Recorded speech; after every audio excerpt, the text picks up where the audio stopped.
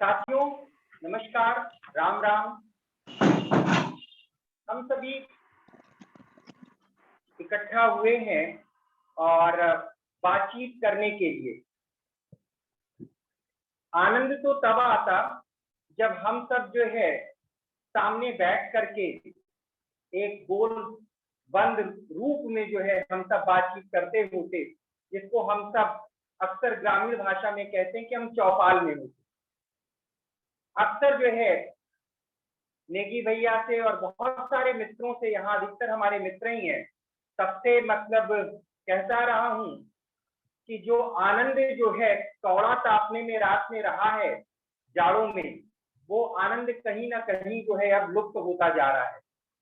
गर्मी में जो हम सब पेड़ के नीचे शाम को बैठ करके बातचीत करते थे और तरह तरह की उसमें बातचीत हुआ करती थी, बड़ी से बड़ी समस्याएं भी उसमें जो है दूर हो जाया करती थी। वो समस्याएं खेती किसानी से लेकर के और अध्ययन अध्यापन की भी बात करूं तो उसमें भी, रोजगार की बात करूं तो उसमें भी, यानी एक पूरे परिवार का माहौल होता था। और उस व्यवस्था में हम सब ये सारी चीजों से बहुत दूर होते थे।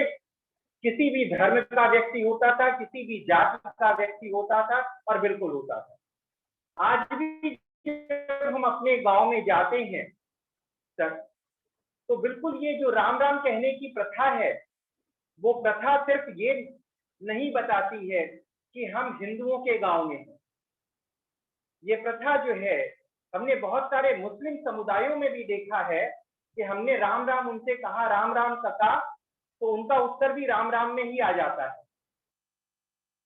तो ये पूरे परिवार की तरीके की चीज थी। और ये कार्यक्रम भी जो हम सबने सोच रखा है, खेती किसानी, वो कार्यक्रम हम सबका है। और इस कार्यक्रम को हम कैसे आगे बढ़ाएंगे, और जैसा नेगी भैया अक्सर कहते भी हैं कि भैया मैं भी जो हूँ लोगों से ही सीखता रहा हूँ। और मेरा मानना है कि बड़े बड़े वैज्ञानिक भी जो हैं, वो गांव में जो महिला होती हैं बहुत दूर में, जिनको अक्सर हम अनपढ़ कह देते हैं, जो बहुत बुजुर्ग किसान होते हैं जिनको हम अनपढ़ कह देते हैं, वास्तव में वो अनपढ़ है नहीं। अनपढ़ होने का मतलब क्या होता है, हम सब ने उसको एक शब्दावली में जो है पिरो दिया है। इस तरीके के व्यक्ति हैं तो अनपढ़ हैं और इस तरीके के व्यक्ति हैं तो पढ़े हुए हैं। लेकिन अगर आप 20 किसानों के बीच में जाइए और उनसे बातचीत करिए तो हमें लगता है कि बहुत ज्यादा अनपढ़ तो हम हैं कहीं, चाहे जितनी मोटी किताबें पढ़ ली हों, हमें अपने बीजों के बारे में नहीं पता, हमें कब क्या खाना चाहिए ये हमें नहीं पता। बहुत सारी चीजें हैं, इन सारी चीजों पर हम धीरे धीरे करके चर्चा करेंगे।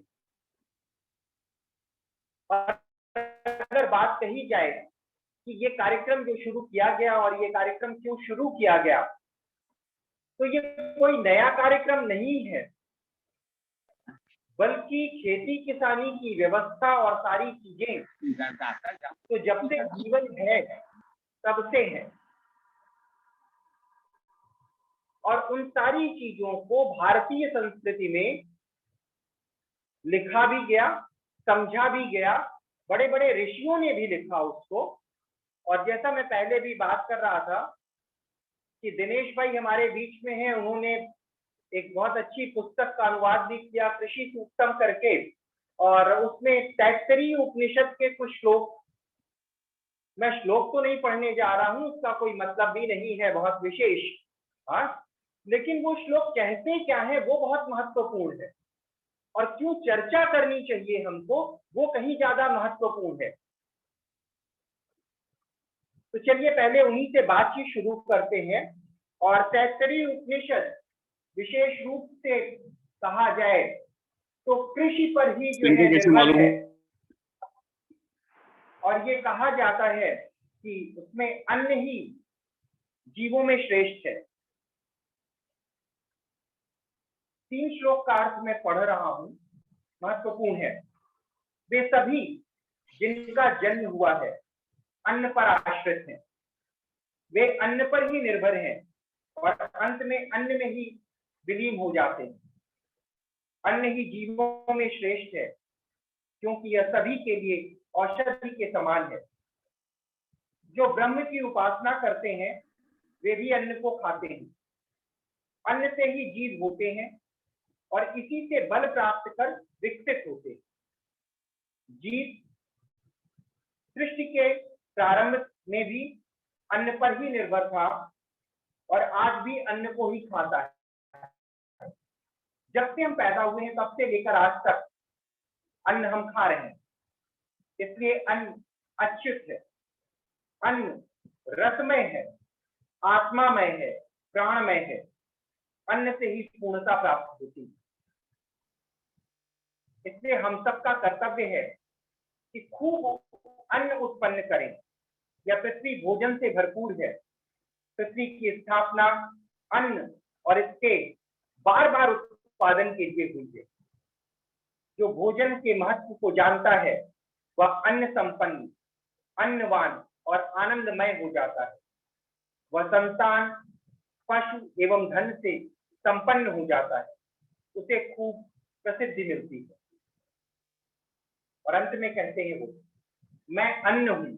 अन्न स्वयं कहता है, मैं अन्न हूं, मैं अन्न हूं, मैं ही भोजन हूं और मैं ही उसका भक्षक भी, खाने वाला। मैं एक ऐसा संयुक्त प्रतिनिधि हूं, यानी मिला जुला प्रतिनिधि हूं, जिसने सबसे पहले जन्म लिया, इसलिए मैं ईश्वर से भी बड़ा हूं। मैं ही सभी मुद्दों का केंद्र हूं। मुझे दान करने वाला ही मेरा संरक्षक है। जो अन्न का भक्षण करता है वह मेरा ग्रास है। मैं ही प्रत्येक वस्तु में हूं और हर वस्तु के विनाश का कारण भी मैं ही।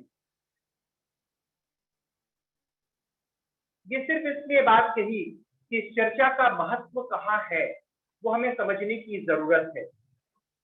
और इस चर्चा में कोई हम बहुत भारी भरकम शब्दों का प्रयोग भी नहीं करेंगे। हम देशी भाषा में, जिस भाषा में हम काम करते हैं उसी भाषा में हम बातचीत करेंगे और हम सब स्वतंत्र होंगे बातचीत करने के लिए। लेकिन इस बात का जरूर ध्यान रखेंगे, क्योंकि वो चौपाल नहीं है कि हम सबको ये पता लग जाए कि कौन बोलने वाला है देख करके। ठीक, तो हम सबको जो है एक बात का ध्यान रखना पड़ेगा थोड़ा सा, कि एक व्यक्ति अपनी बात कह ले तब दूसरा व्यक्ति अपनी बात कहे, क्योंकि एक साथ हम सब सारे लोगों को देख भी नहीं पा रहे। लेकिन एक अच्छाई भी है कि हम सब जो है अपने अपने घरों में कैद हैं, दूर दूर बैठे हुए हैं, फिर भी इस माध्यम से हम जुड़ पा रहे हैं। ये सिर्फ जुड़ाव का एक माध्यम है और इससे कोई बहुत बड़ा बदलाव होगा ये भी हम नहीं कह रहे हैं। लेकिन ये एक माध्यम होगा जो बाद में, जिसको हम वर्चुअल मीटिंग कहते हैं, आभासी दुनिया कहते हैं, उस मीटिंग से, उस बैठक से हट करके हम सब कहें कि हाँ, अब ये जिस त्रासदी को हम सब झेल रहे हैं उससे अलग हट करके आएंगे और सामने बैठ करके बातचीत करेंगे, सामने मिल करके कुछ प्रयोग करेंगे। क्योंकि किसानी सिर्फ बातचीत से काम नहीं होती है, किसानी प्रयोग से होती है और एक जगह प्रयोग सफल हो सकता है और एक जगह प्रयोग असफल भी हो सकता है। इन सारी चीजों पर बातचीत करूंगा। पिछले साल भी कई प्रयोग हम लोगों ने किए, उसके बारे में बातचीत करेंगे हम सब। लेकिन उसके पहले जो आज के मुख्य वक्ता हैं उनके बारे में और जो विषय है उससे हम सब भली भांति परिचित हैं कि आज विषय रखा गया धान। क्योंकि ये समय चल रहा है धान की बेहन डालने का और उसके बाद कुछ समय बाद हम सब रोपाई करेंगे। और धान सिर्फ हिंदुस्तान में कहा जाए तो एक जगह की फसल नहीं है, वो फसल नॉर्थ ईस्ट के इलाके की बात की जाए तो वहां पर भी है और जबरदस्त रूप से है। वो फसल पश्चिम बंगाल, बंगाल के क्षेत्र में भी बहुत ज्यादा है, बिहार के क्षेत्र में भी बहुत ज्यादा है, उत्तर प्रदेश, मध्य प्रदेश और उड़ीसा की बेल्ट में भी बहुत ज्यादा है, और कुछ हद तक दक्षिण भारत में भी बहुत है। और सबसे ज्यादा कोई अन्य हिंदुस्तान में अगर खाया जाता है तो वो चावल ही है, और उसकी इसमें इतनी विविधताएं हैं, इतने सारे गुणों से वो पूर्ण है,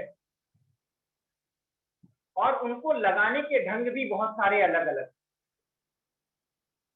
एक धान जिसमें बहुत ज्यादा पानी की जरूरत होती है, और एक धान जो बिना पानी के भी होता है। और हमारे आज के जो मुख्य वक्ता हैं श्री दरबान सिंह नेगी जी, उनकी जो है कहा जाए तो उन्होंने घूम घूम कर देश में लोगों से सीखा भी है और लोगों को सिखाया भी, और बहुत सारे प्रयोग किए हैं। तो चलिए उन्हीं से बातचीत करते हैं और उन्हीं से अनुरोध करते हैं कि पहले वे अपने अनुभवों को बताएं और किस तरीके से हम जो है चीजों को कर सकते हैं, कैसे हम आगे बढ़ सकते हैं, और विशेष रूप में कि मैं कहूंगा कि जिसको एक नाम आजकल दिया जाता है जैविक खेती, लेकिन हम ये कहते हैं कि कैसे हम जो है खेती में जहर नहीं डालने का काम करें, उस तरीके से खेती हम कैसे कर सकते हैं जिससे हमारा स्वास्थ्य भी अच्छा हो, और जब हमारा स्वास्थ्य अच्छा होगा तभी हम देश हित में कार्य कर सकते हैं। तो आइए हम सब जो है नेगी भैया से अनुरोध करते हैं कि वो जो है अपनी बात रखें। नेगी भैया अपने आप को भैया अनम्यूट कर लीजिए।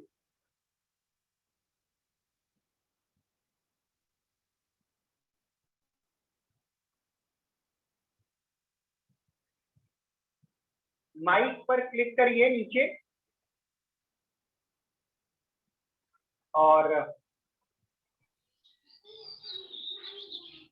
नीचे क्लिक करिए जहां वीडियो था उसके बगल में ही माइक है बना होगा, उस पर क्लिक करिए।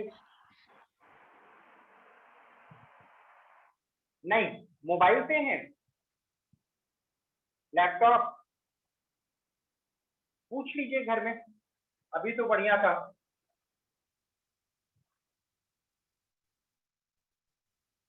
आपको अपनी स्क्रीन दिखाई पड़ रही है? ये स्क्रीन में देखिए माइक की तरह बना हुआ है और उसमें क्रॉस लगा है, उस पर क्लिक करना है, टच स्क्रीन है तो। ये म्यूट हो गया। हाँ, हेलो। हाँ हेलो जी, हुआ ठीक। आवाज तो आ रही, सभी बिल्कुल स्पष्ट। साथियों को नमस्कार। आ रही है? हेलो, हाँ जी, आवाज आ रही है सबको? तो आ सभी रही सर, आ साथियों को रही। नमस्कार। सबको नमस्कार सर, नमस्कार। और स्वप्निल धन्यवाद। ये कुछ साथियों की शकल जैसे मैं 3 साल बाद देख रहा हूँ, उनको सबको दिखाने के लिए, जैसे शहजाद भाई हैं, तो शहजाद भाई आप तो शायद मेरे को 4-5 साल हो गए आपकी शकल देखे हुए सामने, लेकिन हम ऐसे भी देख पा रहे हैं, तो इसके लिए आपको बहुत धन्यवाद कि आपने ये हम लोगों को एक मौका दिया है कि हम लोग आपस में बात कर पाए, देख पाए। और जो मेन वक्ता की बात करें, मैं बहुत अच्छा वक्ता तो नहीं हूँ, लेकिन थोड़े अपने जो तजुर्बे हैं, जो काम हुए हैं ज़मीन में और लोगों से सीखा है या लोगों को कहा है कि जो लोगों ने हमें करके दिखाया, थोड़ा-सा उसके बारे में बात करना चाह रहा था मैं आप लोगों से। सर आप विषय तो मोटे धान है, दिख पर रहे मैं हैं। धान से हाँ, थोड़ा घर में बैठ के खाना ज़्यादा खिला रही हैं पत्नी, क्योंकि पहले तो बहुत भागता था ना, तो इसलिए शायद थोड़ा-सा वेट तो गेन नहीं किया, पर थोड़ा दिख रहा हूँगा। तो मैं थोड़ा-सा अपना ये पिछले 2 सालों का तजुर्बा एक और आप लोगों से शेयर करना चाहता हूँ, क्योंकि मेरे मन में ये है, क्योंकि स्वप्निल ने 2 चीज़ें जो कही हैं कि एक तो खाने की बात जो कही है कि शुद्ध खाना, दूसरी बात उन्होंने जो कही है कि बीज और किसानी, खेती-किसानी, तीसरी बात जो वो कह रहे थे कि आजीविका, कैसे अपनी आजीविका बढ़ाएँ। तो ये 3 चीज़ों का मुझे थोड़ा-सा पिछली बार से हम लोग एक शुरुआत कर रहे थे पिछली बार, क्योंकि जैविक खेती का, बीजों का और कैसे अच्छे बीज, उन्नत बीज बनाएँ, कैसे अच्छी जैविक खेती करें, क्या डालना चाहिए, क्या नहीं होना चाहिए। ये काम तो हम पिछले 30 सालों से बहुत कर रहे थे। पर एक तजुर्बा जो और एक ये बहुत मैं अपने जीवन में इसको बहुत बड़ा तजुर्बा और बहुत ज़रूरी मानता हूँ, क्योंकि जो हमें आजकल ये कोरोना के वजह से जो परेशानियाँ झेलनी पड़ी, जो हम समझते थे कि नहीं हम लोग खाने को खाना समझते थे, जड़ी-बूटियों को जड़ी-बूटी समझते थे, पेड़ को पेड़ समझते थे। पर इस कोरोना ने एक हमें शिक्षा दी है कि हमारे आस-पास बहुत कुछ है कि जो कि बार-बार कहा जा रहा है कि इम्यून सिस्टम बढ़ाओ अपना, और ये सत्य भी है कि आपका इम्यून सिस्टम बहुत ज़बरदस्त है। आपके अंदर बहुत शक्ति है, आपने अच्छा खाना खाया बचपन से, जवानी से, या अभी भी आप बिना अच्छा खाना खा रहे हैं। तो ये छोटी-मोटी कोरोना जैसी बीमारियाँ तो मुझे तो नहीं लगता कि किसी को हो भी, पर बहुत बड़ा किसी के जीवन में फ़र्क डालता होगा। उसके कई तो हमारे सामने लाइव एग्ज़ाम्पल भी हैं जो हमने देखे हैं अपने होते हुए। पर एक मैं बहुत ज़रूरी बात करूँगा कि जो हमने पिछले 2 साल में एक कार्यक्रम चल रहा था हमारे दिमाग में, पता नहीं क्यों चल रहा था। हम हमेशा कहते थे कि सागवाड़ी होनी चाहिए। सागवाड़ी का कॉन्सेप्ट हमारे दिमाग में भी 30 साल पहले से था, पर हमारे दिमाग में ये था कि सागवाड़ी का मतलब है सब्ज़ी। लेकिन ये कोरोना में 2 चीज़ें बहुत ज़रूरी दिखी हैं, जो हमारे उत्तराखंड की महिलाओं ने और बंगाल की महिलाओं ने, 2 जगह की, इवन राजस्थान और मध्य प्रदेश की महिलाओं ने भी ये 2 चीज़ें करके दिखाई हमें। हमें कॉन्सेप्ट समझ था कि सागवाड़ी है, तो देख सागवाड़ी में सब्ज़ी का मतलब समझते थे। लेकिन कोरोना में ये हमें एक समझ आई है कि उस सागवाड़ी का मतलब सागवाड़ी से नहीं है। अब सागवाड़ी क्योंकि हमने गार्डन ऑफ होप उसका नाम दिया था कि आशा के बागान, जिसको हम कहते हैं कि इस बागान से हमें कुछ उम्मीद जगी, कुछ उम्मीद मिलेगी, कुछ जीवन मिलेगा और कुछ ऐसी शक्ति मिलेगी, कुछ ऐसा मिलेगा कि हम अपनी उम्मीदों को इतना आगे बढ़ा सकते हैं कि अपने पूरी खेती को हम बदल सकते हैं। तो हमने कि अपने साथियों को जो हमसे जुड़े पड़े हैं, जिनके यहाँ हम जा पाते हैं, जिनसे हम मिल पाए हैं, इन 2 सालों में बहुत कम जा पाए हैं। लेकिन 2 साल पहले तक हमारा उद्देश्य कुछ और था। 2 साल पहले में हम जब कोरोना का वक़्त आया तो हमने उसका उद्देश्य चेंज किया। हमने उसे ऐसे बदला कि अपनी सागवाड़ी में कम से कम हम ऐसे पेड़-पौधों को, ऐसे फसलों को, ऐसे पेड़ों को उगाएँ कि जो हमारे इम्यून सिस्टम को, हमारी अंदरूनी ताकत को बढ़ाते हों और जो हमारा इलाज खुद करते हों। तो पहले तो हम सब्जियाँ करते थे, पर हमने सब्जी के साथ सोचा कि नहीं, इसमें क्योंकि गिलोय का आप देख रहे हैं कि जब बहुत सारी चीज़ों में गिलोय का बहुत इस्तेमाल होता है, और जैसे धनिया का आप समझते हैं कि बहुत चीज़ों में धनिया का इस्तेमाल होता है, या मेथी का इस्तेमाल होता है, या हल्दी का इस्तेमाल आजकल बोला जा रहा है, अदरक का इस्तेमाल बोला जा रहा है, मोरिंगा पाउडर की बात करते हैं आप। हमारे यहाँ पे ऊपर पहाड़ों में एक पेड़ होता है जिसको तेज पत्ता कहते हैं।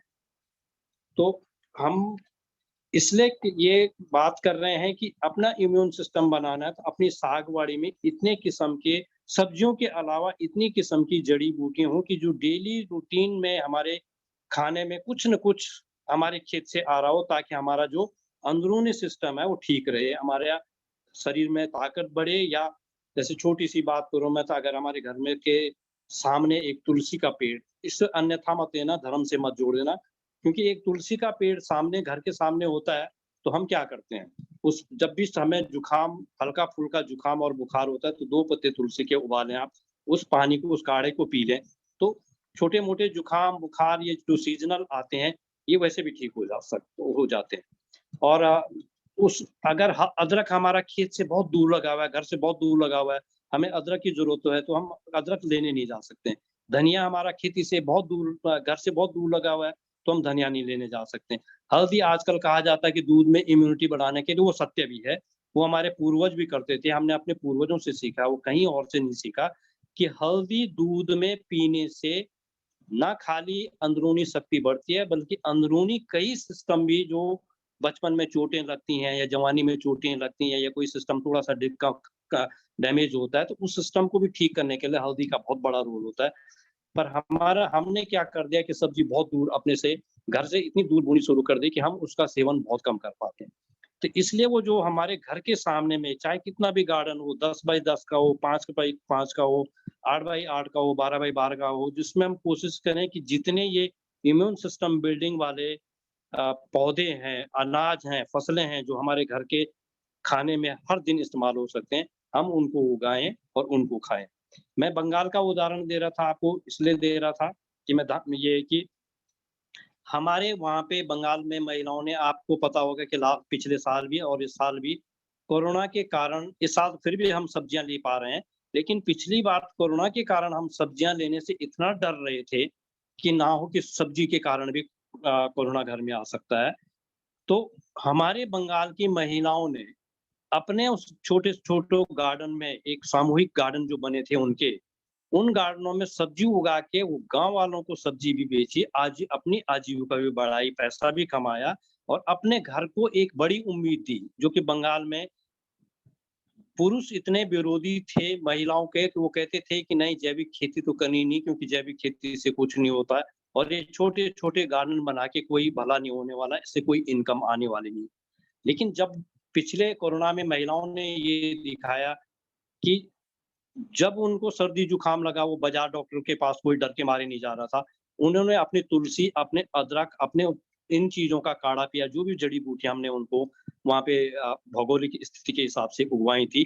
तो जब उन्होंने अपने परिवार का इलाज किया और बगल के जो लोग ले गया, उन्हें बेचा जब, तो तब उन पुरुषों को भी लगा कि नहीं, वाक़ई में बहुत बड़ा काम है और हमको सबको ये मिलके करना चाहिए और जितना ज़्यादा हो उतना उसको करना चाहिए। तो ये सागवाड़ी का एक कॉन्सेप्ट है, हम लोगों को जितने भी साथी मेरे सुन रहे होंगे, मुझे मुझे लगता है कि ये सागवाड़ी का कॉन्सेप्ट आपको अपने जितने भी साथियों से सिखा पाएँ, वो बहुत इम्पोर्टेंट है इस वक़्त में, क्योंकि इस वक़्त में अगर हम कोरोना के टाइम पे अगर हम खेत से बाहर नहीं घर से बाहर नहीं जाते हैं, खेत के सामने, अब घर के हमारे सामने ये सब चीज़ें हैं जिनको हम हर चीज़ कुछ न कुछ अपने खाने में इस्तेमाल कर सकते हैं। हम अपने परिवार का भला कर सकते हैं, अपने परिवार की इम्यूनिटी सिस्टम बढ़ा सकते हैं और ये छोटी-मोटी जो कोरोना जैसी घातक बीमारियाँ आ रही हैं, अभी कहा जा रहा है कि आगे बच्चों के लिए आने वाली हैं। तो आप ये सोचो कि अगर हमें बच्चों की देखभाल करनी है तो खेत में नहीं जा पाएँगे, घर के सामने होंगी ये सब चीज़ें, तो हम लोग निकाल-निकाल के प्रतिदिन अपने किचन में इसका इस्तेमाल कर सकते हैं। और जिनके पास थोड़ी-सी बड़ी जगह है, वो अड़ोस-पड़ोस को भी दे सकते हैं, पैसा भी कमा सकते हैं। तो अपने घरों के पास जो भी ये पौधे हैं, तुलसी है, गिलोय है, अश्वगंधा है या आपका पपीता है या आपका मोरिंगा है, आपका अदरक है, हल्दी है, लहसुन है, ये चीज़ें आपकी सागवाड़ी में, मतलब हमारा ये मानना है कि हमारी सागवाड़ी का नाम खाली सागवाड़ी ना हो, हमारा सागवाड़ी ऐसा हो कि हम हॉस्पिटल ना जाएँ, अपनी सागवाड़ी में। कहीं कोई छोटी-मोटी दिक्कत आती है, तो अपनी सागवाड़ी में जाएँ हम, अपने हॉस्पिटल को छोड़ें और डॉक्टर के पास में जाएँ। ये कॉन्सेप्ट आप सबको इस कोरोना में थोड़ा-सा मैं शेयर करना चाह रहा था। उत्तराखंड की महिलाओं ने, अब इनकम की बात करें, दालचीनी का काढ़ा आपने बहुत सुना होगा इसमें, कोरोना में, कि दालचीनी का काढ़ा पियो। वहाँ पे उस पेड़ को लोग कोई नहीं जानते थे कि ये पेड़ दालचीनी का पेड़ है, क्योंकि हमारे यहाँ गढ़वाली भाषा में उसको किखड़ा बोलते हैं। ना उसको जानवर खाता है, ना उसको कीड़ा लगता है, ना कोई खाता है। वो अनयूज़ होता है, बहुत सारा फ़ॉरेस्ट में भी होता है। तो हमने इस समय महिलाओं को कहा कि जब उसकी वैल्यू देखी, जब उसके गुण देखे, गुण तो हमें पहले से पता था, पर जब गाँव वालों को पता नहीं था, तो महिलाओं से जब हमने बात की, तो हमने महिलाओं को बोला कि ये तो दालचीनी, जिसको आप किखड़ा करके कुछ नहीं समझते हैं, फेंक देते हैं जंगल में, वैसे सड़वा देते हैं। तो ये दालचीनी है जिससे आप अपनी इनकम भी कर सकते हैं और आपको इम्यून सिस्टम बिल्ड करने के लिए कहा जा रहा है, तो आप उससे अपना इम्यून सिस्टम भी बिल्ड कर सकते हैं। तो आप विश्वास नहीं करेंगे कि महिलाओं ने हर घर में दालचीनी का कलेक्शन करना शुरू किया, काढ़ा पीना शुरू किया और इस समय हमारे समूह वाले दालचीनी को सुखा के और तेज पत्ता को बना के अपनी इनकम भी कर सकते हैं। अगर एक पेड़ से भी आप लगा लें, तो कम से कम एक छोटा पेड़ 1 साल में 5 से 8 हज़ार की इनकम महिलाओं को दे रहा है। तो हमारा इनकम से भी जोड़ना है और अगली जनरेशन को एक उम्मीद, जैसे स्वप्निल कह रहे थे कि उम्मीद जगनी चाहिए कि हमारी खेती कैसे बढ़िया हो। तो हम जो नई जनरेशन इस समय कोरोना के कारण जो छोटी-मोटी नौकरी करते थे शहरों में, वो गाँव की तरफ पलायन हो गए हैं और गाँव जाने से उनका ये है कि ना अब वापस शहरों में आ पा रहे हों, डर लग रहा है उनको कि नौकरी मिलेगी, नहीं मिलेगी, बहुत सारे लोगों की नौकरी चली गई। तो एक ये सागवाड़ी का माध्यम, जड़ी-बूटियों का माध्यम और एक ये ऐसे जो मैं उदाहरण दे रहा हूँ, जैसे महाराष्ट्र वालों ने मोरिंगा का बहुत बड़ा बिज़नेस किया, जब हमें पता है कि मोरिंगा में तो बहुत सारी चीज़ें मिलती हैं, जो आप लोग तो जानते हैं कि आयरन रिच है, वो बहुत सारी अ, चीज़ें उसमें मिलती हैं और ऐसे तेज पत्ता है। तो जगह-जगह जब हम लोग ऐसे प्रयोग करते रहेंगे, तो एक नौजवान पीढ़ी जो हमारी वापस जा रही है, उनको भी उम्मीद जगेगी कि जो हम छोटी-सी नौकरी शहर में कर रहे हैं, अपने घर से दूर भी हैं और ऐसी बीमारी में हमें बाहर भागना पड़ता है, तो उसी कॉन्सेप्ट को लेके, उसी एक फ़ॉर्मूले को लेके वो अगर अपने गाँव में छोटी-सी जगह पे भी ऐसी खेती-बाड़ी करते हैं, जिससे अपने घर का भी भला हो और उससे थोड़ी इनकम भी की जा सकती हो, तो ऐसे पे हम लोग उनको करके प्रेरणा दे सकते हैं, क्योंकि यंग जो हमारी जवान पीढ़ी है, वो ऐसे भाषणों से तो नहीं समझने वाले। उनके सामने कुछ उदाहरण ऐसे मिले कि जो उदाहरण मैं दे रहा हूँ कि परिवार का भी इम्यून सिस्टम बढ़ रहा है और इनकम भी हो रही है, तो उनको एक उम्मीद जगती है कि हाँ, हम छोटी-मोटी नौकरी पे ना जाके अपने घरों में रह के अपनी खेती-बाड़ी से कुछ अपना रोज़गार, स्वरोज़गार भी पैदा कर सकते हैं। तो ये मेरा थोड़ा जो पिछले 2 सालों का तजुर्बा था, जो बंगाल में भी था, महाराष्ट्र में भी था, उत्तराखंड में भी था और मध्य प्रदेश में था। मध्य प्रदेश में आप विश्वास नहीं करेंगे, निवाड़ी क्षेत्र में पानी की समस्या आई। अब आप लोगों को भी पता है कि पानी की हमारे हर जगह समस्या, यूपी के कई शहरों में जहाँ पे कई गाँव में जब हम जाते हैं, तो पानी की छोटी समस्या, पर सागवाड़ी का पानी तो हमारा इतना होता है कि किचन का पानी जब निकलता है, बाथरूम का पानी जब निकलता है, वो सारा बर्बाद होता है।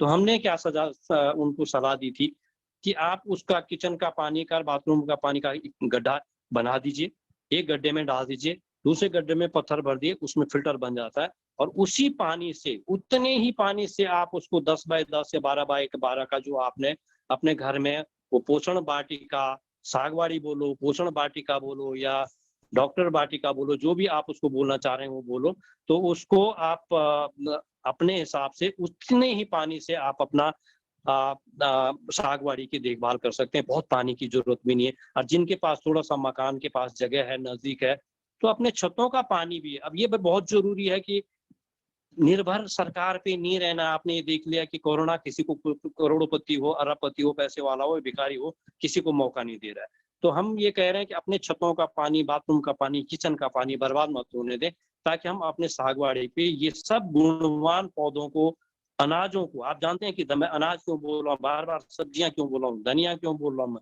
लहसुन क्यों बोल रहा हूँ? क्योंकि एक 100 ग्राम पत्ता धनिया का खाना बराबर है 1 किलो चावल खाना। इतना आप देख लीजिए कि कितनी उसमें, आप उसको नेट पर भी, गूगल पे भी देख सकते हैं कि इनमें कितने गुण होते हैं। लहसुन की 2 डेली फलियाँ खाओ तो कितना आपके ब्लड प्यूरिफ़ाई कर सकता है। मोरिंगा पाउडर खाओ तो कितने आपके पास आपका जो खून की कमेटी होती है वो बढ़ जाती है। जो तेज पत्ता का मैं काढ़ा बोल रहा हूँ उसकी कितनी अहमियत है, अदरक की कितनी अहमियत है, हल्दी की कितनी अहमियत है। ऐसी बहुत सारी जड़ी-बूटियाँ हैं जो आपके लोकल क्षेत्र में होते हैं, जिनको मैं नहीं जानता पर आप जानते हैं और आप उनको, अभी तक हम लोगों के पास ऊपर वाले ने, ये तो ऊपर वाले का भी धन्यवाद करना चाहिए। मैं तो मानता हूँ कि भगवान ने हमें एक मौका दिया कि वापस जो हमारे पूर्वज करते थे, अपना इलाज खुद करते थे, घर की जड़ी-बूटियों से अपना खाना शुद्ध उगा के, खाने के साथ जड़ी-बूटी और खाना बिना ज़हर, इसको करके वो अपना इलाज करते थे। तो ये हमें एक मौका प्रकृति ने दिया है, ऊपर वाले ने दिया है। बुरा है कोरोना, जानता हूँ बहुत बुरा है, सब हम लोग जानते हैं, पर एक मौका दिया है कि सुधरो और वापस उसी पे जाओ जो हमारे पूर्वज किया करते थे। ये मेरा अपना तजुर्बा है और आप विश्वास नहीं करेंगे, मैं यहाँ पे बैठ के बात कर रहा हूँ, मैं अभी बाहर नहीं दिखा सकता हूँ आपको अपने क्यारी में, क्योंकि सिग्नल बहुत जो है। मैंने यहाँ पे अपनी ज़िंदगी में जो कभी कुछ इतना नहीं लगाया था, क्योंकि समय ही नहीं मिलता था। इस समय मैंने अपने यहाँ पे मोरिंगा भी लगा रखा है, पपीता भी लगा रखा है, गिलोय भी लगा रखा है और कोशिश कर रहा हूँ कि जो मेरे ये वातावरण के हिसाब से जो पौधे उगते हैं, अदरक है, हल्दी है, जो भी मैं यहाँ पे उगा पाऊँ ताकि मेरा परिवार भी बाहर से उसको खरीद के नहीं खाएगा। क्योंकि बाहर से अगर हम एक अदरक का काढ़ा पीने को बोल रहे हैं, हल्दी का काढ़ा पीने के लिए बोल रहे हैं, सहजन का पाउडर खाने के लिए बोल रहे हैं या तेज पत्ता, आप जानते हैं तेज पत्ता बनाने के लिए उसको खैर आपको ये टेक्निक मैं इस समय नहीं दे सकता, जब कभी मिलूंगा कि टेक्निक होती है उसकी, उबाल के बनाना पड़ता है, लोग उसमें केमिकल डालते हैं ताकि उसमें खुशबू आ जाए, कुछ लकड़ियां भी होती हैं। पर आपको अगर प्योर अपने घर का मिलता है तो आपको कोई डर नहीं है, क्योंकि आपके पास है।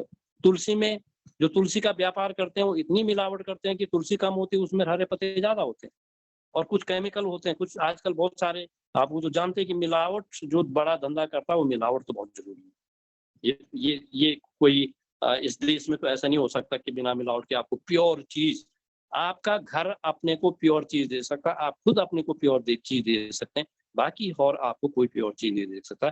ये आपको ध्यान रखना पड़ेगा। ये ना सोचें कि एक तुलसी का पौधा उगा के क्या फायदा होगा, हम बाहर से खरीद लेंगे। ये शुद्ध खाना और जड़ी बूटियों को का शुद्ध रखना, तभी वो काम करेंगे जब हम उनको शुद्ध रखेंगे। तो ये मेरा तजुर्बा था जो मैंने आप लोगों को बोला है। उम्मीद करता हूँ कि जितने भी साथी आपके साथ जुड़ेंगे भविष्य में, आगे हम इन पे चर्चा करेंगे। मेरा मन तो था कि मैं कभी, जैसे स्वप्निल कह रहे थे कि मन तो था कि सामने बैठ के बात इस विषय में मैं बहुत गहरी चर्चा करूं, क्योंकि मैं और दिनेश बहुत जाते हैं, बहुत देखा हमने अपने क्षेत्रों में। अभी मैं बात कर रहा हूँ, आपको विश्वास नहीं आ रहा, पर जब हम क्षेत्रों में जाते हैं लोग बदलते दिखे हमें, लोगों का विचार और व्यवहार पुराने तौर तरीकों पे जाते दिखा, तो लगता है कि हाँ कुछ एक वापस प्रकृति के साथ हम लोग जुड़ पा रहे हैं। तो ये मेरा आप लोगों को एक तजुर्बा और अपना एक संदेश भी था कि आप लोग ये भी, शायद आप, हो सकता है कि मुझसे हमसे कुछ बढ़िया आप लोग भी कर रहे हैं, तो ऐसे तजुर्बे सब लोगों के साथ इस कोरोना काल में एक दूसरे का आदान प्रदान भी होना चाहिए। ये भी बहुत जरूरी है। बाकी जो आज का विषय था वो धान था। तो धान तो मैं समझता हूँ कि इस समय बहुत ही कम है कि जो हमारे पास बदकिस्मती से देसी धान बचा हुआ है। मैं कल ही यहाँ पे अपने कोटद्वार में सर्वे कर रहा था, क्योंकि मेरे एक मित्र हैं डॉक्टर विनोद भट्ट, जिनको एक बहुत पुरानी किस्म का धान चाहिए था, हंसराज। और शायद आप लोगों ने भी उनका नाम सुना होगा, जो हमारा यहाँ इस उत्तराखंड के एरिया में हंसराज काफी प्रसिद्ध था और बहुत प्यारा धान भी था। लेकिन आप विश्वास नहीं करेंगे कि यहाँ पे पूरे इलाके में हंसराज होता था आज से 10 साल पहले, और आज किसी के पास हंसराज नहीं। सब वो, मैं धान का नाम भी नहीं जानता, नंबर आ रहे हैं आजकल 1365, 1366 जो भी है, अंकुर का फलाने का धान का नाम आ रहा है। ये लोग आजकल ज्यादा करके हाइब्रिड की तरफ बहुत चले गए हैं। बदकिस्मती से जिन इलाकों में कोई बताने वाला नहीं है, या कुछ लोगों को ज्ञान नहीं है, कुछ लोग लालच में चले जा रहे हैं कि पैदावार पैदावार पैदावार। आपने पैदावार तो कर दी, लेकिन फिर अपने बच्चों को आपने जहर खिला दी। उसपे आप जानते हैं कि बाहर में अंदर पैकेट में बहुत सारा केमिकल लिखा है कि उसको ट्रीट किया गया है केमिकल से। फिर उसको आप भी जानते हैं, क्योंकि आप तो काफी किसान हैं, आप लोगों ने हाइब्रिड के साथ भी काम किया, तो बिना रसायन के और बिना फर्टिलाइजर के हाइब्रिड को पैदा करना तो बहुत मुश्किल है। ये हम भी देख चुके हैं, क्योंकि पिछले 30 साल से हम भी दोनों प्रकार के शोध करते हैं। एक तरफ से तो 100% हमारा जैविक होता है, और दूसरी तरफ हम सीखने के लिए एक छोटे-छोटे प्लॉट करते हैं जिसमें हम केमिकल डालते हैं, और उसका स्वाद, उसका ये सब चीजें हम टेस्ट करते हैं। तो लगता है कि पैदावार तो हमने कर दी, पर अपने परिवार को खिलाया क्या है? ज़हर खिलाया। और ज़हर आप जानते हैं कि कितना खतरनाक होता है। ये अगर अपना अपना आपका एक इम्यून सिस्टम किसी का गड़बड़ा गया उस ज़हर के कारण, तो उन्हीं लोगों को इस समय ज़्यादा घातक बना ये कोरोना, जिनका इम्यून सिस्टम खराब था। और हो सकता है कि गाँव में तो, मैं तो नहीं मानता कि गाँव में किसी को मरना चाहिए था, क्योंकि गाँव में इम्यून सिस्टम बहुत मजबूत होता है, बहुत मेहनत करते हैं हम लोग। पर समस्या ये है कि गाँव वालों ने इतना केमिकल, इतना रासायनिक डाल दिया अपने शरीर में, क्योंकि डालते तो गाँव वाले हैं, खेती तो गाँव वाले करते हैं, शहर वाला तो खेती करता नहीं है। इसीलिए इस समय गाँव में बहुत बड़ा अटैक हुआ, क्योंकि हमारा इम्यून सिस्टम ठीक नहीं है।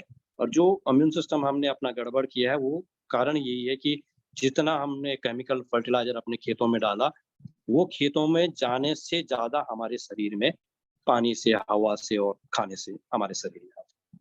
तो मैं थोड़ी-सी बात करूँगा कि आप कभी, मैं बहुत बड़े विषय पे नहीं जाना चाह रहा हूँ, और मैं आप लोगों को थोड़ा 2-3 चीज़ें, हो सकता है कि आप जानते हो, पर टिप्स हिंट दे रहा हूँ कि ये हम जो करते हैं अपने यहाँ पे, और हमें बहुत अच्छे परिणाम मिलते हैं। तो उन परिणामों का कैसे हम करते हैं, मैं थोड़ा-सा आप लोगों को समझाते हैं। चाहे आपका कोई भी बीज है, घर का भी है, या बाजार का भी बीज है, कोशिश करिए बाजार का ना लगाएँ आप, अपने घर का बीज लगाएँ। बीज शोधन बहुत ज़रूरी करें, क्योंकि बीजों के साथ जैसे हमारे शरीर में मानसिक कोई बीमारी चलती है, तो वो मानसिक चलती है, पूरे खानदान में आगे चलती है। तो बीजों में भी कीड़ों का अगर कुछ पर-परागण के द्वारा कुछ अगर आगे के लिए वंश चलता है, तो वो जब बीजों को नमी मिलती है, खेत में जाता है, तो वो वापस पैदा हो जाती है। तो ऐसे में आपको एक तो बीजामृत बहुत ज़रूरी है। बीजों का शोधन 2-3 तरीके से आप कर सकते हैं। एक तो बहुत साधारण तरीका है कि आप उसे पानी में डालिए और जो ऊपर से खराब-खराब बीज आता है उसको बाहर निकाल दीजिए, जो नीचे डूबा हुआ बीज है, वो आपका स्वस्थ बीज है। लेकिन उससे क्या होगा कि बीमारी उसकी ठीक नहीं होने वाली। तो दूसरा उसका एक तरीका है कि या तो आप उसको आपका देसी गाय है आपके पास, गौमूत्र इकट्ठा करें और गौमूत्र में 1 लीटर गौमूत्र में 3 लीटर पानी मिला के उसमें बीज को भिगाएँ, तब जाके कुछ जो फंगल डिजीज़ हो या वायरल डिजीज़ हो उसमें या कुछ अंडे हों, तो वो थोड़े कंट्रोल हो सकते हैं। और एक तीसरी चीज़ बनाते हैं हम उसमें तो अ, वो 2 चीज़ों के लिए बहुत ज़रूरी है और 2 चीज़ों के लिए मैं इसलिए ज़रूरी बोल रहा हूँ क्योंकि इस समय आप नर्सरी डाल रहे हैं, अब जब नर्सरी आप निकालेंगे धान की और नर्सरी ट्रांसप्लांटिंग करेंगे, तो कई बार क्या होता है कि जड़ सड़न की वजह से सड़न रोग भी लग जाता है, दीमक भी लग जाती है। तो उसके लिए जो मैं बनवा रहा हूँ अभी टेक्नीक वो एक आप लोगों को एक तो बीज पे जितनी भी किस्म की बीमारी होंगी, वो बीमारी भी खत्म होंगी। प्लस जो आप नर्सरी को ट्रांसप्लांटिंग कर रोपाई करने जा रहे हैं, तो वो रोपाई में अगर आप नर्सरी को उस बीजामृत में डाल के शोधित कर देते हैं, तो आपकी जो जड़ों की समस्या है, वो खत्म हो जाती है। जो जड़ पे बीमारी लगती है धान की, वो काफ़ी तौर से काफ़ी हद तक उसको आप रोक सकते हैं। तो बीजामृत बनाने के लिए आपको एक तो गाय का देसी गाय का, जर्सी गाय का ना हो तो ज़्यादा अच्छा है, मैं तो यही बोलूँगा। अगर ऑप्शन नहीं है तो कर सकते हैं आप क्या कर सकते हैं उसमें। लेकिन अगर देसी गाय का आपको गौमूत्र इकट्ठा करना है और वही गाय का कच्चा गोबर आपको इकट्ठा करना है थोड़ा-सा। आप मैं थोड़ा एक उदाहरण दूँ तो आपने अगर 5 लीटर गौमूत्र इकट्ठा किया, तो 1 किलो आपने कच्चा गोबर, ताज़ा गोबर, जैसे आज कल बनाना आपने, तो आज शाम का या कल सुबह का 1 किलो आप ताज़ा गोबर एक खादी कपड़े में बाँधिए और उस गौमूत्र में पोटली बाँध के डाल दीजिए और रख दीजिए उसको सुबह तक, भीगने दीजिए अच्छी तरीके से और सुबह उठ के उस गौमूत्र में से आप उस पोटली को बाहर निकालें, अच्छी तरह से डिप करके भिगा के जितनी बार निचोड़ सकते हैं, वो गोबर का जूस निकाल के उस गौमूत्र में निकाल दें। और साथ ही आप क्या करें उसमें करीबन 300 ग्राम से लेके 500 ग्राम तक चूना भिगा के रख दें अलग बर्तन में रात को और उस चूने को छान के उस चूने का पानी भी उस गौमूत्र और गोबर के अर्क में डाल दें। तो ये तो बन गया बीजामृत। अब मैंने 2 चीज़ें बोली कि एक मैंने कहा कि जड़ संबंधित भी चीज़ें होती हैं कि जो जड़ पे बीमारी लगती हैं। जैसे आप मिर्च लगाते हैं, बैंगन लगाते हैं, टमाटर लगाते हैं, धान की पौध लगाते हैं, तो उनकी जड़ों में कुछ जो फंगल और वो सड़न की बीमारी आती है और फिर दीमक लगती है। तो दीमक लगने वाले लोगों के एरिया में तो सबसे है कि आपके पास जो हींग होती है आप उस हींग को उसमें कम से कम 1 चने के दाने या 2 चने के दाने के बराबर अगर सस्ती हींग मिलती है तो थोड़ा ज़्यादा डाल दीजिए, क्योंकि एक सस्ती हींग भी मिलती है और एक थोड़ी महँगी मिलती है। तो 2 चने के दाने बराबर हींग भी आप उसमें डाल दीजिए या थोड़ा-सा ज़्यादा डाल सकते हैं तो ज़्यादा डाल दीजिए और उसमें आप जब आपने नर्सरी को भिगाएँ, आप रोपाई करने के लिए जाएँ, एक टब में डालें उस बीजामृत को और नर्सरी को उसमें भिगा के आप रोपाई करते चले जाओ, तो जड़ की बीमारी खत्म होती है। अगर सड़न की बीमारी है, तो सड़न की बीमारी में मैं तो आप लोगों को कहूँगा एक तो अदरक और लहसुन का पेस्ट बना के आप उसमें डाल सकते हैं और दूसरा अगर आपके पास एक बिल्कुल 21 दिन या 1 महीने पुराना भी आपने मट्ठा रखा हुआ है, तो वो मट्ठा खास करके गेहूँ और धान वाले लोगों के पास अपने पास 1-2 लीटर ऐसा 20-21 दिन का पुराना मट्ठा बहुत ज़रूरी होना है क्योंकि उसके 2 चीज़ें होती हैं। एक तो सड़न जड़ों की सड़न रोग के लिए वो बहुत अच्छा है और एक जब उस पे धान पे या गेहूँ पे दूध पड़ता है दूध पड़ना शुरू होता है, उस समय का अगर आप उसका एक स्प्रे करें तो दाना भी बड़ा होता है। तो ये 2-3 चीज़ें थी जो मैं आप लोगों के साथ थोड़ा शेयर करना चाहता हूँ। थोड़ा-सा और भी बताना चाहता हूँ क्योंकि एक हमारे गाँव में क्या होता है कि नर्सरी बहुत पहले डाल देते हैं हम लोग। नर्सरी कभी-कभी क्या होता है कि 21 दिन, 25 दिन, 1 महीने पुरानी नर्सरी भी लगाते हैं। तो उससे क्या हो जाता है कि आप इतनी मेहनत करते हैं, फिर उसकी जो टिलरिंग होती है, टिलरिंग का मतलब एक आपने पौधा रोपाई की तो उससे कम से कम 20-25 पौधे तो कम से कम निकलने चाहिए। नहीं 17-18 पौधे तो निकलने चाहिए ताकि आपकी पैदावार बढ़े। और मैं तो कोशिश करूँगी कि ज़्यादा से ज़्यादा 30, 35, 40 पौधे निकलने चाहिए, एक पौधा आपने रोपाई किया। तो वो तब हो सकता है कि जब आप छोटी पौध लगाएँ। और छोटी का पौध का मेरा मतलब है कि 14 से लेके और 16 दिन की पौध अगर आप लगाते हैं, तो ये टिलरिंग जो आपकी है, अगर 12-15 पड़ती है, 17-18 पड़ती है, तो डेफ़िनिटली वो दुगनी पड़ सकती हैं। और एक गलती हम बहुत बड़ी करते हैं कि जब हम लोग धान को रोपाई करने जाते हैं, तो इतने बुरी तरह से उन जड़ों को धोते हैं कि जैसे पता नहीं हमको उसको चमकाना होता है। जितना ज़्यादा मिट्टी उस नर्सरी के पौध के साथ आप अपने खेत में ले जाएँगे, उतना ज़्यादा टिलरिंग होगा, ये आप विश्वास करिए। उसी को वो कहते हैं, जैसे हम जब हम एसआरआई करते हैं, एसआरआई करते समय हम एक तो पौधे का डिस्टेंस रखते हैं, एक बच्चा पौध लगाते हैं और वो एक जो जो पौध वो बच्चा पौध उस मिट्टी में पैदा हो रखी है, उस मिट्टी को हम साथ लेके आते हैं। क्या होता है कि उसके साथ 20-50 जड़ें जो हम वहीं छोड़ देते हैं, धोते समय जो 50,000 और छोड़ देते हैं, उन जड़ों को मौका नहीं मिलता है कि वो और पौधे पैदा कर पाएँ।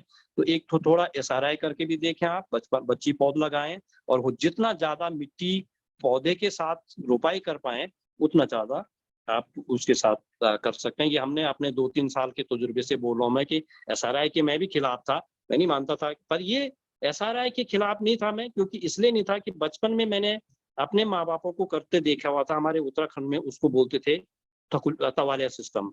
तवालिया सिस्टम क्या होता है कि तवे के बराबर एक तवा होता है हमारा गोल और अगर उसके चारों दिशाओं में आप एक-एक पौधा रोपोगे तो एक बिलास का डिस्टेंस हो जाता है, वो तो आप भी जानते हैं।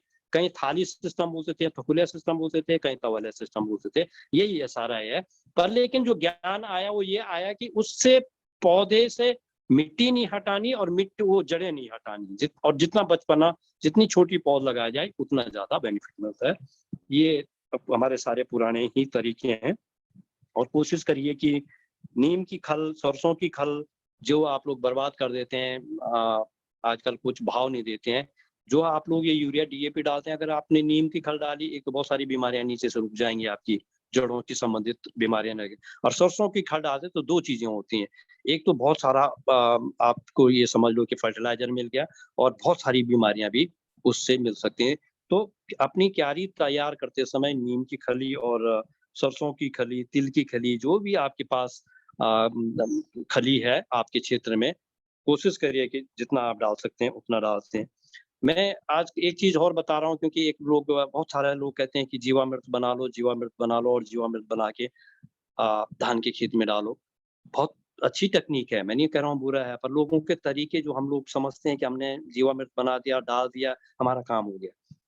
जीवामृत का काम है कि वहाँ जीवाणु पैदा करना और जीवाणु पैदा करते हैं तो जीवाणु पैदा करने के बाद अगर उन जीवाणु को थोड़ा-सा एक अच्छा भोजन मिल जाता है, तो जैसे कहते हैं ना डबल इंजन, तो डबल ताकत मिलती है। तो मैं आप लोगों को जो हमने अपने यहाँ पे शोध किए हैं और उससे हमें डबल रिज़ल्ट मिला है, मैं उसको आपके साथ थोड़ा-सा शेयर करना चाहूँगा, थोड़ा अपना तजुर्बा बताना चाहूँगा। 2 जगह हम काम करते हैं, हम एक खेत में नॉर्मल तरीके से धान रोपाई करते हैं, जैसे किसान करता है, एक बार जीवामृत पहले गोबर डाला, फिर जीवामृत डाल दिया, नहीं डाला, नहीं डाला। या फिर वर्मी कंपोस्ट डालना डाल दिया, हो गए कहानी खत्म। पर दूसरे खेत में हम बहुत गहराई से देखते हैं, पहले हम हरी खाद करते हैं, हरी खाद का हमारे पास अगर साधन नहीं है, तो पहले हम गोबर डालते हैं, फिर ये खलियाँ हैं हमारे पास, खली डालते हैं, जो भी हमारे पास साधन अवेलेबल होता है, वो हम डालते हैं।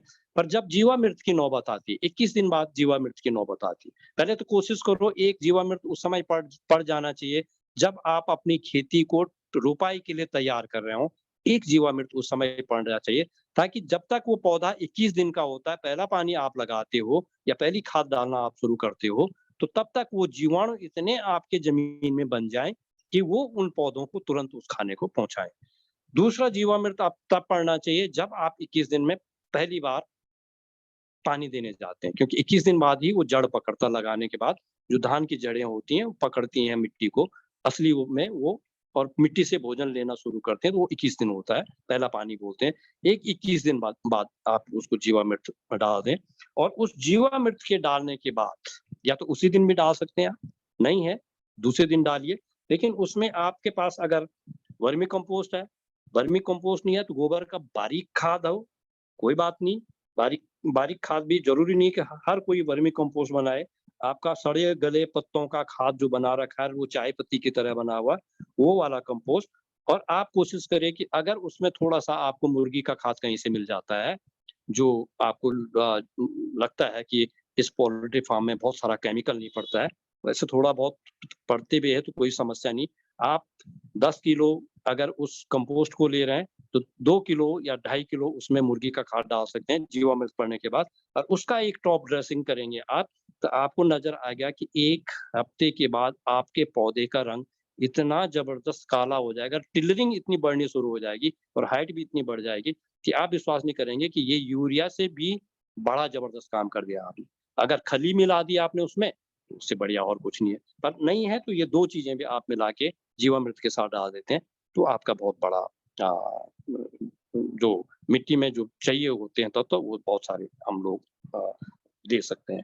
फिर तीसरी बार जीवामृत पड़ना चाहिए जब उसमें दूध पड़ रहा हो। निराई करने के बाद आप दूध पड़ते समय अगर एक जीवामृत डाल देते हैं, और उस जीवामृत को नीचे तो आप पानी में डालेंगे, लेकिन जीवामृत को 1 लीटर को 20 लीटर पानी में डाइल्यूट करके अगर ऊपर भी स्प्रे कर देते हैं आप, तो एक तो कीड़ा लगने का डर नहीं रहता है, और दूसरा उस बीजों पे और उस मट्ठे को जो मैंने बोला, उस दोनों को मिला के आप अगर स्प्रे करते हैं तो दाने का साइज़ भी बढ़ता है और कीड़े लगने का चांसेस भी तो बहुत कम होते हैं। तो इस तरीके से लोग कहते हैं कि लोग 3 बार डालते हैं, तो पर थोड़ा-सा लोगों का कभी-कभी क्या देखता हूँ मैं कि तरीका समय गलत होता है, और समय गलत होने से वो पूरा जीवामृत को जो बेनिफिट देना था, वो नहीं दे पाता है। अगर आपके पास बढ़िया कंपोस्ट नहीं है तो आप घना मिर्च बना के रख सकते हैं। आप एक 1 एकड़ के लिए घना मिर्च आपको ज़्यादा से ज़्यादा 10 किलो या 15 किलो चाहिए या 20 किलो चाहिए, इससे ज़्यादा नहीं चाहिए। और उसमें थोड़ा मुर्गी का खाद मिला के वो भी कर सकते हैं आप लोग। तो जितना प्रकार के आप अच्छे कंपोस्ट, मात्रा कम हो लेकिन उनकी गुणवत्ता अच्छे हो, तो ये अगर आप कर सकते हैं तो आपके धान की पैदावार बढ़ सकती है। और जो आपका भ्रम है कि नहीं आप लोग बिना रासायन के या बिना उसके नहीं कर सकते हैं, तो ये भ्रम सारे दूर हो सकते हैं। ये 2-3 तरीके अगर आप करते हैं, एक छोटी पौध लगानी है, एक उसकी मिट्टी ज़्यादा धोनी नहीं है, दूसरा उसमें जीवामृत का समय, और फिर वर्मी कंपोस्ट और मुर्गी का खाद या खली जो भी आपके पास उपलब्ध है, वो अगर आप समय पे डाल सकते हैं, तो आपको परिणाम खुद ब खुद नज़र में आएगा, और फिर वही खेत अगले गेहूँ के लिए आपके लिए आधी आधी खाद माँगेगा, उससे ज़्यादा नहीं माँगेगा, क्योंकि आपने वहाँ पे नीचे पहले ही बहुत कुछ धान को दे रखा है। तो इस तरीके से आप लोग थोड़ा-सा अपना काम का रूटीन और खेती-बाड़ी का तरीका बदल सकते हैं। और फिर आप उस धान का स्वाद भी देखेंगे, तो जो मैंने कहा कि हाइब्रिड धान का स्वाद, चावल का स्वाद कहीं आता ही नहीं है, हकीकत नहीं आता है केमिकल वाले का तो। पर इसका थोड़ा-सा लगता है कि हाँ, हमने कुछ अगर इसमें केमिकल नहीं डाला, ये सारी चीज़ें डाली जो मैं बोल रहा हूँ, तो थोड़ा-सा स्वाद में परिवर्तन होता है उसका, क्योंकि यहाँ प्राकृतिक रूप से वो उगता है, क्योंकि उसमें नेचुरल कुछ स्वाद तो है नहीं, और जब केमिकल पड़ता है तो सारा स्वाद भी खत्म हो जाता है। तो इस तरीके से आप थोड़ा-सा स्वाद भी ले सकते हैं, बढ़ा सकते हैं। पर दिक्कत ये है कि फिर अगर आपने वही हाइब्रिड लगाया, तो फिर अगले साल के लिए तो आपके पास बीज नहीं होगा। तो बार-बार लेने से अच्छा है कि अपने कुछ देसी किस्में बहुत अच्छी हमारी, उनको उनका आप प्रचार-प्रसार करें, उन्हें बढ़ाओ, कम से कम। बाकी इस बाज़ार के लिए आप जो मर्ज़ी करते हैं, मुझे उससे कोई उतनी बड़ी तकलीफ़ नहीं है। पर अपने परिवार के लिए तो कम से कम वो ईल्ड पे तो मत जाओ कि हाँ, पैदावार कर दी, 10 कुंटल पैदा कर दी, 5 कुंटल पैदावार कर दी, 2.5 कुंटल पैदा करो, पर अपने परिवार को कम से कम ये ज़हरों से मुक्त रखो, और अपने बच्चों को ये दिखाओ कि चावलों में, हर चावल में अलग स्वाद होता है। हमारे यहाँ 700 किस्म का धान है, अगर हर दिन एक चावल बने, तो आपको अलग स्वाद आएगा। ये मत क हर गेहूँ में जैसे अलग स्वाद है, ऐसे चावल में भी, हर चावल में भी अलग स्वाद है। करके देख लेना आप। एक दिन आप मोटा चावल पका देना, एक दिन बारीक चावल पका देना, एक दिन आप खुशबू वाला चावल पका देना। जिसमें कोई खुशबू नहीं आती, उसका स्वाद आपको अलग लगेगा, खुशबू वाले का स्वाद अलग लगेगा। सिर्फ ये होता है कि जब हम उसमें केमिकल फर्टिलाइज़र डाल देते हैं, तो उनके स्वाद खत्म होते हैं, और स्वाद खत्म होने का मतलब होता है, उसकी गुणवत्ता खत्म होती है। तो भूसा खाना होता है। जैसे हमारे जीभ का स्वाद खत्म हो गया, हमारी नाक बदबू नहीं सूंघेगी, तो हमारे लिए तो दुनिया तो कुछ है ही नहीं ना, ज़हर भी दे दोगे तो हम खा लेंगे फिर। तो इसी तरीके से स्वाद का खत्म होना किसी अनाज से, वो उसकी गुणवत्ता को खत्म कर देता है। तो मैं आपसे विनती करूँगा कि ये 2 काम आपको अपने परिवार के लिए करने, ना और किसी के लिए करने हैं। तो आप अगर अभी भी कुछ शंका में है कि नहीं, थोड़ा-सा जैविक करता हूँ, थोड़ा नहीं करता हूँ, तो भगवान के लिए ये कोरोना ने हमें बता दिया कि अपने परिवार को कम से कम अपने परिवार को खिलाने के लिए आप शुद्ध तरीके से काम करो। और मैं उम्मीद करता हूँ कि जैसे स्वप्निल जी लगे हुए हैं, जैसे ही कोरोना थोड़ा ठीक होता है, हम लोग साथी सब स्वराज विद्यापीठ या कहीं गाँवों में आके ऐसे मिलेंगे, बहुत सारे चर्चे होंगे, आप लोगों से भी सीखने के लिए मिलेगा। बहुत सारे तजुर्बे घर में भी आते हैं क्योंकि आजकल घर में बैठे हुए हैं तो हम जैसे लोग डिप्रेशन में चले जाते हैं क्योंकि कहीं बातचीतें नहीं हो रही हैं, कहीं से कुछ हो ही नहीं रहा है, लोग साथी फ़ोन करते हैं। पर आज एक अच्छा मौका मिला ये कि मैं आप लोगों से थोड़ी-सी अपनी बात शेयर कर पा रहे हैं क्योंकि जिन क्षेत्रों में हम काम कर रहे हैं, जिन साथियों से हम काम करते हैं, उनको फ़ोन पे तो हम बताते रहते हैं। पर आज़ादी बचाओ आंदोलन हमारे लिए एक एक माध्यम वो है कि जो हमारा क्षेत्र नहीं है, उस क्षेत्र में भी हम साथियों तक बात पहुँचा पाते हैं और साथियों से सीख सकते हैं। ये एक बहुत बड़ा अ, मैं बहुत बड़ा मिस कर रहा हूँ इसको, ये कोरोना की वजह से और उम्मीद करते हैं हम लोग कि ये जल्दी से जल्दी खत्म हो, हम सब लोग स्वस्थ रहें और एक बार हम 2-4 महीने में कहीं न कहीं हम लोग इलाहाबाद के इलाके में मिलें और जहाँ-जहाँ आज़ादी बचाओ के साथी हैं, सब जगह आके और अपने चर्चा हम कर सकते हैं। धन्यवाद, नमस्कार। बहुत-बहुत धन्यवाद। ये अक्सर होता रहा है कि आपसे एक चर्चा करने को कहूँ जी। और बहुत चर्चाएँ जो है हो जाती हैं और उसी हुँ, चर्चा से कहा जाए कि बहुत सारे विषय भी निकल जाते हैं। जी, जैसे जी, आपके जी। साथ जो है धान की रुपाई कैसे करनी है, उस बारे हुँ, में बातचीत की और धीरे-धीरे करके आप आगे भी बढ़े कि किस तरीके से हम धान में जो है उपज ज़्यादा ले सकते हैं। हुँ, ठीक, जी, लेकिन आप बहुत सारे नाम भी लिए हुँ, और चर्चाओं में हम लोग चाहेंगे कि उन नामों के बारे में भी जो आपने घनामृत की बात की, जीवामृत की बात की, हाँ, हुँ, और भी हुँ, बहुत सारे जो है प्राकृतिक पेस्टिसाइड्स जिनको हम कह सकते हैं, हुँ, हाँ, हुँ, उनकी भी बात। तो ये सारी चीज़ें हम सीखने की कोशिश करेंगे, बिल्कुल, हुँ, थोड़ा-थोड़ा करके जी, ही, हाँ, जी, जी, देखते जी, हैं। बिल्कुल, और बिल्कुल। विशेष हुँ, रूप में जब आपने शुरुआत ही की थी साग-बाड़ी वाली बात, तो हुँ, हमें तो लगता है कि उस पर भी हम सब चर्चा करेंगे कि जी, अगले हम लोग किस विषय पर बात करें, ये हम हुँ, सभी मिलकर के अभी तय करेंगे तो शायद बेहतर होगा। बिल्कुल, बिल्कुल, बिल्कुल, अब बिल्कुल। हुँ, बहुत सारे लोग हैं हुँ, हमारे बीच में, उनके हुँ, सवाल हो सकते हैं, उनके जी, मन में कुछ जो है उठ रहे होंगे, तो वो बिल्कुल पूछ सकते हैं, वो स्वतंत्र हैं। जी। जी, बिल्कुल। नमस्ते सर, मैं सूबेदार सिंह बोल रहा हूँ। अरे अ, सुधार साहब नमस्कार। नमस्ते सर, नमस्ते सर। कै कैसे हैं सर ये परिवार टेक में? बस सर आशीर्वाद है। ये सर टेक्निकल कारण से जुड़ नहीं पा रहा था नेटवर्क की वजह से। नहीं, तो नहीं वो तो है समस्या है। जी। सर आप मतलब आप आपका चेहरा देख लेते हैं, आपसे मिल लेते हैं तो हम मान लेते हैं कि हरिद्वार हमने गंगा स्नान कर लिया। अरे साहब क्या बात कर रहे हैं आप तो प्रयाग में भी है। सर हम आपको याद दिलाना चाहते हैं सर कि 5-6 साल पहले आपने यात्रा किया था जी, और यात्रा के दौरान प्रयागराज के इंटीरियर क्षेत्रों में आपने जो जैविक खेती की अलग जगाई थी, जी, उसका असर है कि कुरांव, मेजा, मांडा, संकर्ण के सुदूर इलाके में अभी भी लोग जैविक खेती करना शुरू कर दिए थे, बहुत जी। बड़े पैमाने पर कर रहे हैं। हुँ, राम जनक हमारे बीच में है, मतलब जुड़े हैं, मतलब पूरी जिस चर्चा में समय अरे! समय पर लोग हम आते आते रहते हैं।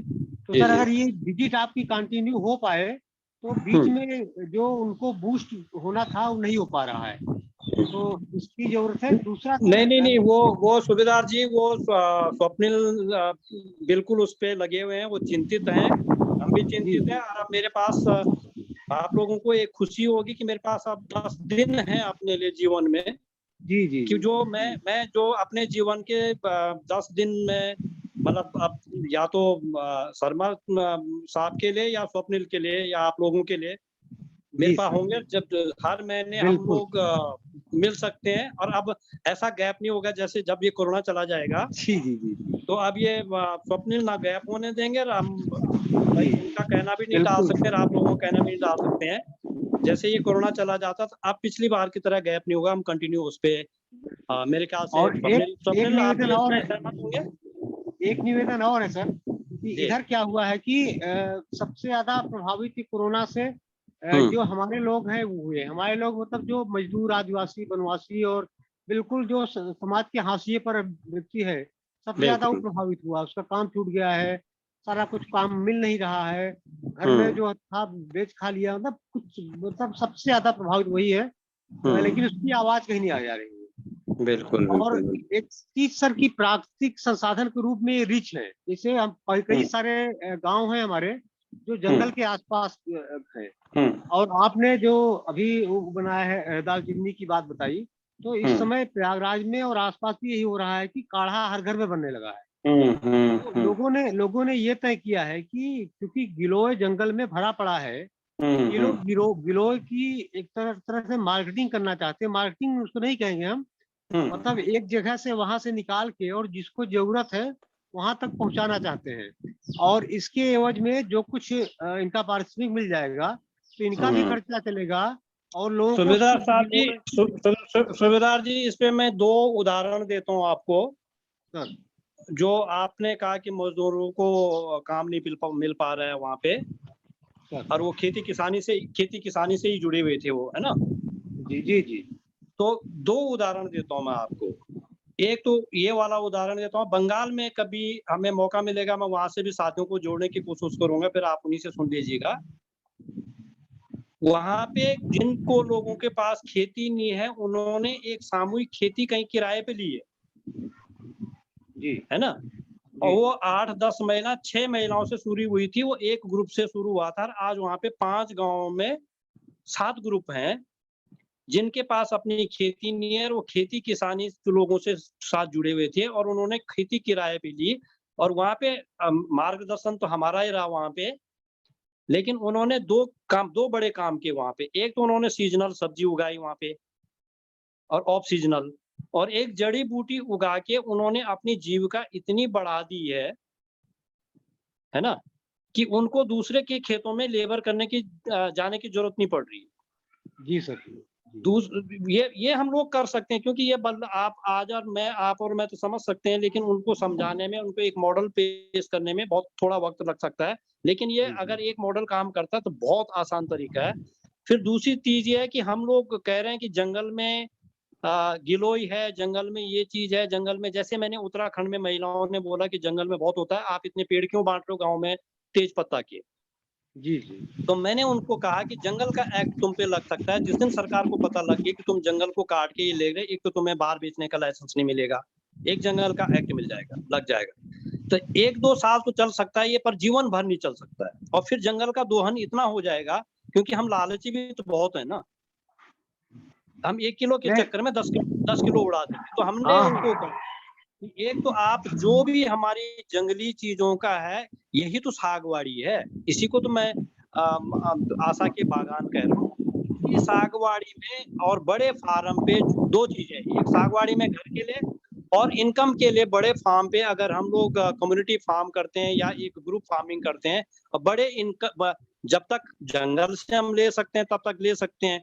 पर उसी बीच हम अपना एक ऐसा तैयार कर दें कि कहीं 2-4 एकड़ पे हम लोग उनका कल्टीवेशन कर रहे हों, ताकि भविष्य में जितने भी लोग उससे जुड़े हैं, एक तो सरकारी एक्ट ना लगे, एक जंगल का दोहन ना हो और एक उनको बेचने में कोई तकलीफ ना हो और वो अपनी इनकम बड़ी कर सकते हैं सरकार से लाइसेंस लेके। इस समय लाइसेंस, अगर आप अपने खेत में कल्टीवेशन किसी भी चीज़ का कर रहे हैं, तो लाइसेंस लेने में सर और उसको एक्सपोर्ट करने में कोई दिक्कत नहीं है। तो ये थोड़ा हमें ध्यान रखना पड़ेगा कि हमें साइड बाय साइड वो भी तैयारी रखनी पड़ेगी कि जंगल के बाद क्या, है ना? बिल्कुल तो बिल्कुल सर, हम लोगों ने उसका जैसे पूरा मैं प्लान किया हुआ और पार्टिसिपेटरी मॉडल का ही वहाँ करेंगे कि अगर हम एक पेड़ बिल्कुल, बिलो निकालेंगे तो 10 पेड़ लगाएंगे। वही सर एक बिल्कुल, एक बिल्कुल। एक सेशन आपके साथ अगर चर्चा हो जाए और हुँ, उसमें जो हमसे जुड़े लोग हैं ये भी रहे। बिल्कुल। ठीक है, उसके 2 मॉडल तैयार किए हमने, दोनों मॉडल अच्छा काम कर रहे हैं। मैं दोनों मॉडलों पे हम तैयारी चर्चा कर सकते हैं कि ये दोनों मॉडल में से जो मॉडल उनको अच्छा लगता है वो मॉडल करें, और ना सरकार का लफड़ा रहेगा ना कुछ रहेगा, और भविष्य में बहुत बड़ी इनकम कर सकती हैं। अब मैं आपको गारंटी के साथ कह रहा हूँ कि अगर हम सब्जी के साथ मसाले और जड़ी बूटी को जोड़ के लगते हैं तो नई पीढ़ी को अब ये पता लग गया कि इन चीजों की वैल्यू बहुत ज्यादा है ना। जी, जी और किसी के सवाल हो तो अच्छा है। और हमें लगता है कि सबको नमस्कार। नमस्कार जी हाँ सर जी, सबको नमस्कार। नमस्कार सर, मैं आपका वो सुन रहा था। मैं शहजाद अख्तर का पिता मोहम्मद इस्राइल बोल रहा हूँ। अच्छा, नमस्कार जी आदाब। ये हाँ आदाब सर। ये जो है आपका बड़ा अच्छा लगा, जो सागवाड़ी की बात आप कर रहे थे या किचन गार्डन की बात कर रहे थे, ये तो आपका प्लान बहुत अच्छा है।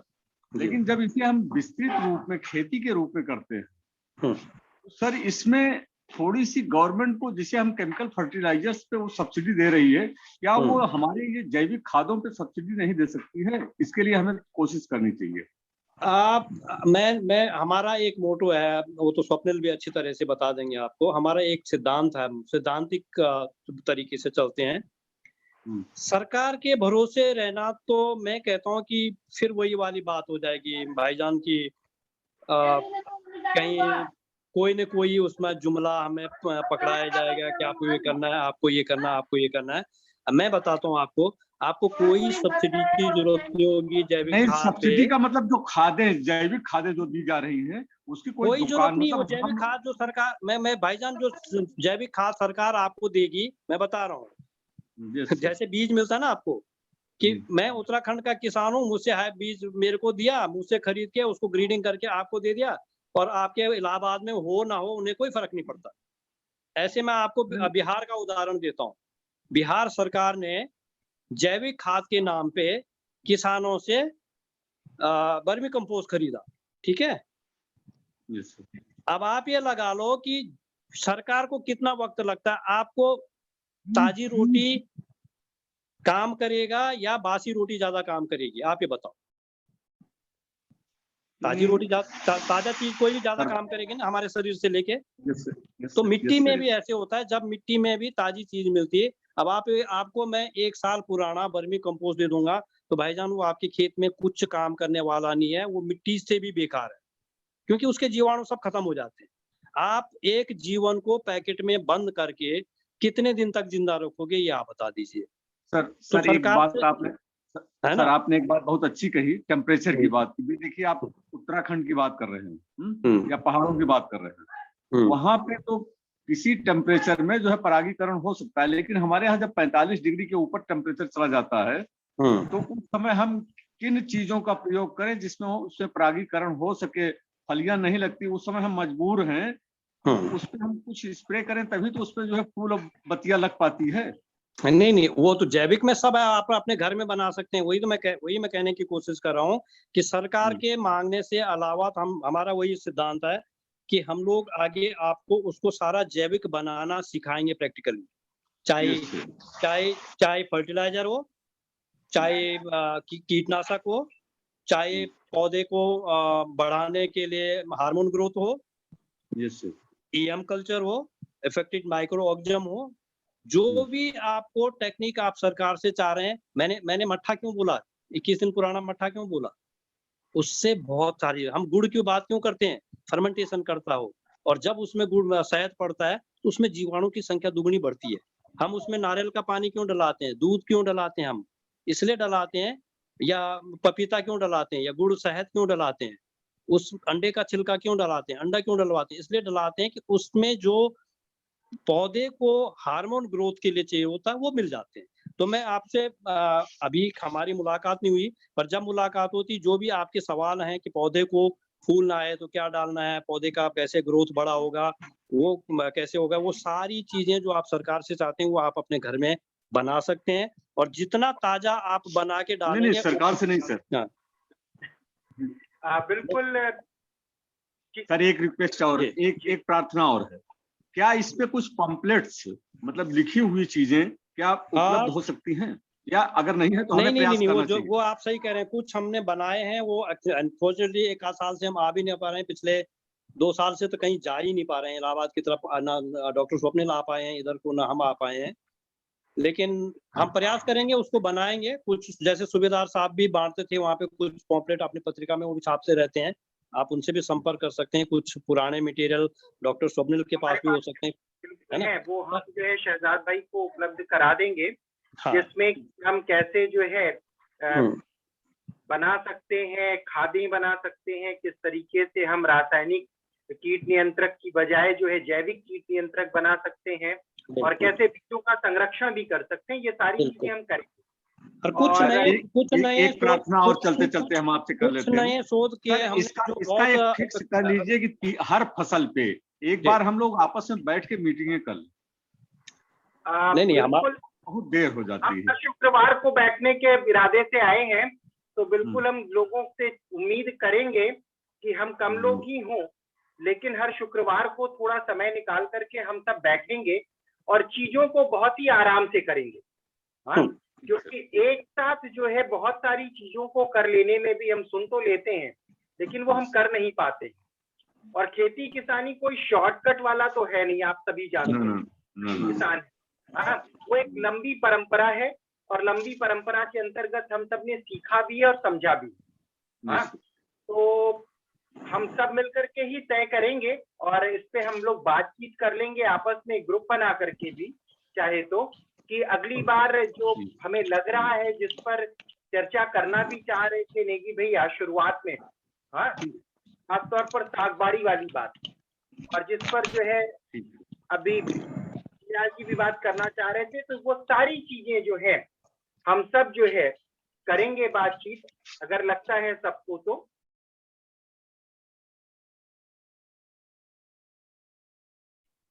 सभी साथियों को नमस्कार, और हम सब मिलते रहेंगे, बातचीत करते रहेंगे। नमस्ते सर। चलो धन्यवाद, राम राम, नमस्कार, ठीक, थैंक यू।